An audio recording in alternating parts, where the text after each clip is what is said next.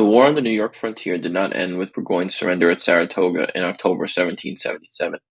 Year after year the conflict raged on, taking on the characteristics of a civil war. This conflict was not fought by grand armies facing off in titanic struggles, but rather initiated by British loyalists garrisoned in western New York and Canada and their Iroquois allies, sometimes opposed by local American militia units. On Monday, October 16th, 1780, for the British, Captain John Munro broke camp and began his march south along the path known as Polsey Street. The Scottish settlers in the area could be counted on for loyalty to the king.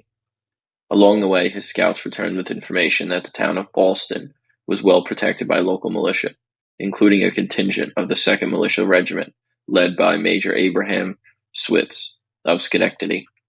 Ballston was the home base for the well-known 12th Regiment of the Albany County Militia, led by Colonel James Gordon and Captain Tyrannus Collins.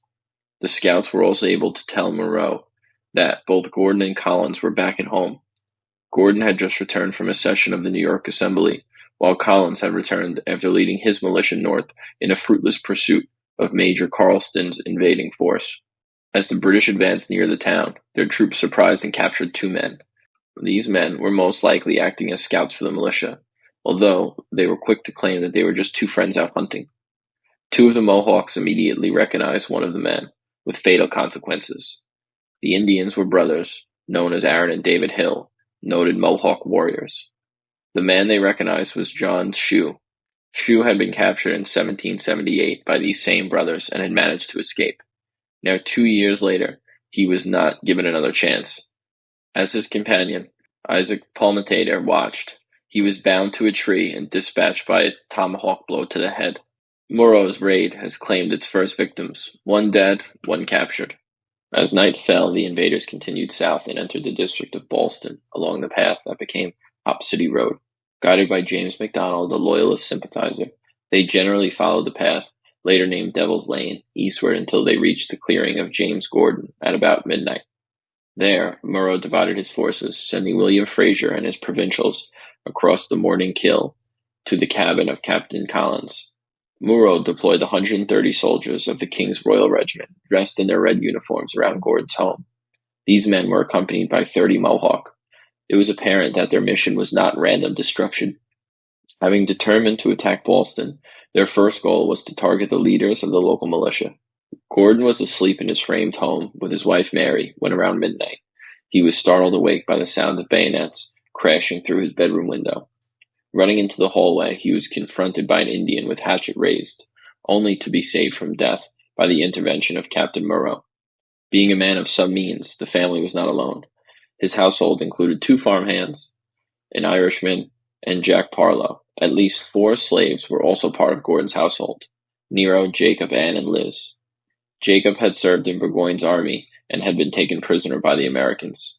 Gordon and his farmhands were taken except Liz, who escaped. Gordon's 4-year-old daughter, Melinda, later recalled the scene. Her memories of this night remained with her, as did her memories of her father. He stood shivering in the cold, and Langdon took out his knapsack, a blanket, coat, and gave it to him.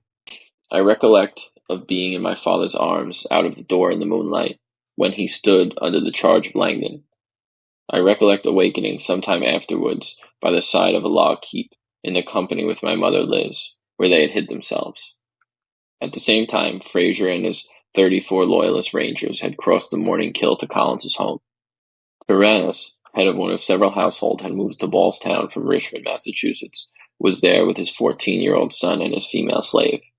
Tyrannus barred the door long enough to allow his son to escape an upstairs opening in the logs, intended for a future window. Tyrannus, injured by the thrust of a tomahawk through the door, was captured along with his slave. Collins's nephew, he was not so fortunate. 5 of Fraser's men had crossed the middle line to capture Stowe, who was at home with his wife Sarah and their 10-month-old daughter, Clorinda. Stowe was detained, but bolted to warn Gordon about the attack.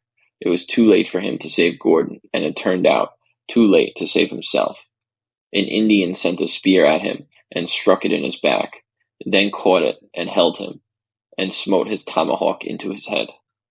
As his uncle and his employer looked on, he was scalped, dead at the age of 25.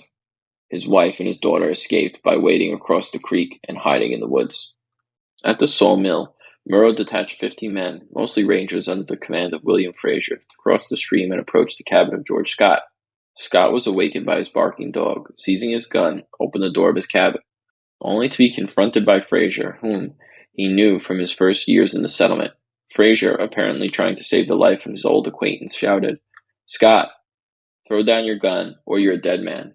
Not responding quick enough, 3 Mohawks who had accompanied the party let loose their tomahawks, striking Scott on the head. The Indians proceeded to pillage the home, leaving Scott's wife, Jane, to minister to her wounded husband. He survived. Their 6-year-old son, James, fled into the woods and was eventually reunited with his mother. After this half-hour excursion, Fraser's detachment reunited with the main body and proceeded north, crossing a small stream today known as Gordon's Creek, and climbing up the hill into the current town of Milton. At the crest of the hill lived George Kennedy and his 22-year-old pregnant wife, Mindwell. George was suffering from an injured foot, the result of an altercation with an axe. That did not exempt him from being taken, joining the growing number of captives. Mindwell managed to escape into the woods. 2 weeks later, her firstborn child was delivered, and her husband was there to witness the event. It was now about 4 a.m., 2 hours before dawn. The next family to fall victim was that of Hosea Hollister, his cabin lying in a slight hollow along the east side of the road. This was his first year in Ballston, having moved from Sharon, Connecticut, with his wife and their 2 young children. Loyalist soldiers burst through his door, telling him to leave the house immediately before the Indians arrived. Hosea described what happened next in his journal. "I took up my little son, my wife took the other child, and we left the house. They bade me give the child to my wife, but the child clung fast around my neck. I asked them to show some pity. What can this woman do with 2 small children? One presented his gun to my breast and swore an oath that he would not be plagued with me any longer. My wife begged him to spare my life. Another struck up the muzzle of his gun and hauled me away to the guard. But judge what my feelings were at this time to see my house in flames. My wife and children turned out of doors, almost naked, myself hauled away amongst savages and men more humane than they. As the British and their counterparts have finished the raid, they began to withdraw.